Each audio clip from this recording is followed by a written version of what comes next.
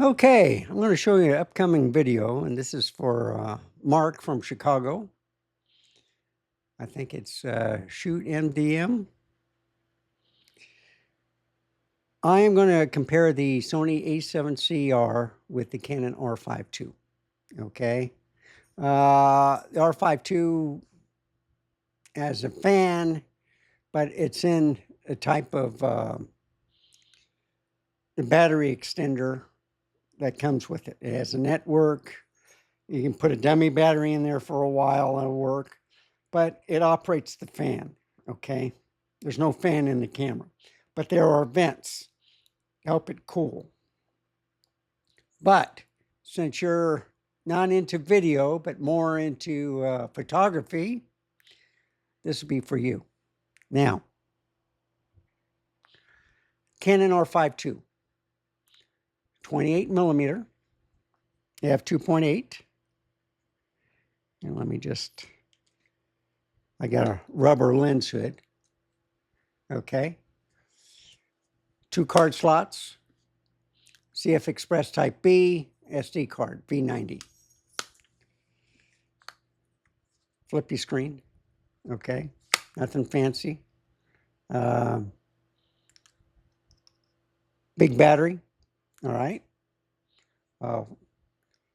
And you have a switch between video and camera, okay.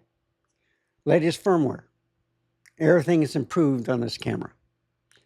It has an IBIS, and it also has digital stabilization. And some lenses have digital or optical stabilization, okay, which works with the IBIS. So where you used to get kind of like wobbly effect when panning or doing this number, it should work out much better. The autofocus is quicker. The Sony autofocus is great also, but sometimes, and on any camera system like my Nikons, Panasonics, you have to hit the LCD screen because it's not recognizing what you want to do. And so I usually put it on pinpoint or the little bitty box where it's in the center. And that way it knows what I'm trying to focusing on. Sometimes you apply 3D tracking. Sometimes you try pre-autofocus. All right. This one can do it in RAW. I think it has more than the Sony A7CR, which I'm going to show also that you're interested in. You have Canon lenses, okay? If you have an EF to RF adapter, all right, which is this thing, what I'm also going to do a video on is the EF 40 millimeter. And I am also going to compare that with the Sony A7CR, which has the 28 millimeter f2 on here. And this is an f2 compared to an f2.8. If you look at the size, the Canon's a lot bigger, okay? This has only digital stabilization, okay? It's on the video, you have dynamic, active. On the photo mode, you just have active, okay? Which doesn't crop. Once you get into, see, there's standard, I think, active, and then dynamic active. So as you get to active and then dynamic active, there is a crop in video, not in the photo mark, okay? So it does have some stabilization, but it's digital. Some lenses do have stabilization, okay? But Sony, they like, you know, they're trying to save costs and stuff. But anyway, 28 millimeter. And I have the 40 millimeter, which is native also. So I'll compare the 28 and 40. And then I'll give you a third option, which if you don't want to prime, But if you're into photographs and stuff, you might want the 24 to 240. Got one for Canon, and I got one for Sony. The Sony is 3.5 to 6.3 on the aperture.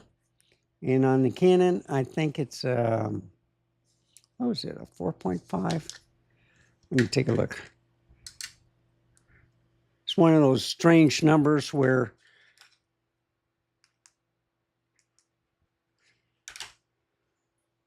let's see what it says. No, it's f4 to 6.3. So this is not a 3.5, but a 4, 6.3. Both great lenses, 24 to 240. It captures everything. So I love these all-in-one zoom lenses. I think they're fantastic. I got the 24 to 200 on the Nikon, and then I have the 28 to 400 also on the Nikon. All right, which is a little bit bigger lens. It's an f4 to an f8 though. And then I also have the, on the Panasonic, the 28 to 200. All great zoom lenses. It's a difference from a prime. But what I want to show you is if you want to do street photography and stuff, if you don't want to carry a large lens, the 28 and 40 should suffice. You can bring the RF 16mm, which is a pancake lens. And I might bring in the, I got a pancake lens also from Viltrox. I think it's a 28mm f4.5. No manual focus that I can put on the lens, you know, to compare it. So I got a lot of lenses, a lot of options. I hope this will be helpful. So just stay tuned. I will have the videos up later today. I'll show you a whole different types of shots, scenarios, some video on the stabilization. But since you're more into photography, sports, this is an option. I do have the 100 to 500, and I also have the 200 to 800. So if you're into sports, and if you're thinking of taking it, you can also take the 100 to 400. On the Sony, I got the 60 to 600.